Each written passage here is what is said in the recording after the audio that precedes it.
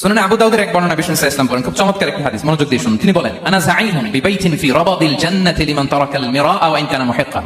আমি ওই ব্যক্তিকে জান্নাতের আঙ্গিনায় একটা ঘরের গ্যারান্টি দেই যে ব্যক্তি তর্ক করার সময় নিজে হক এটা জেনেও সে তর্ক থামিয়ে দেয়।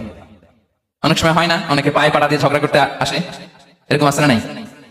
আপনি চুপচাপ দেখবেন একটা বাজে কমেন্টস করতেছে, আবার কমেন্টের নিচে কমেন্ট, আবার গালি, হ্যাঁ আছে না এরকম?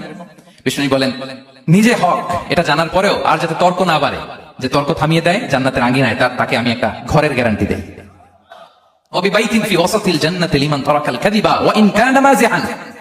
আর ওই ব্যক্তিকে আমি জান্নাতের মাঝখানে একটা ঘরের গ্যারান্টি দেই যে ব্যক্তি কৌতুক করার সময়ও মিথ্যা পরিহার করে। করতেছে কৌতুক, ফান করতেছে আর কি, হিজ কিডিং, ফান করে, কৌতুক করে, কিন্তু কৌতুকের সময় সে মিথ্যা বলে না। এই স্বভাব যাদের, তাদেরকে আমি জান্নাতের মাঝ বরাবর একটা ঘরের গ্যারান্টি দেই।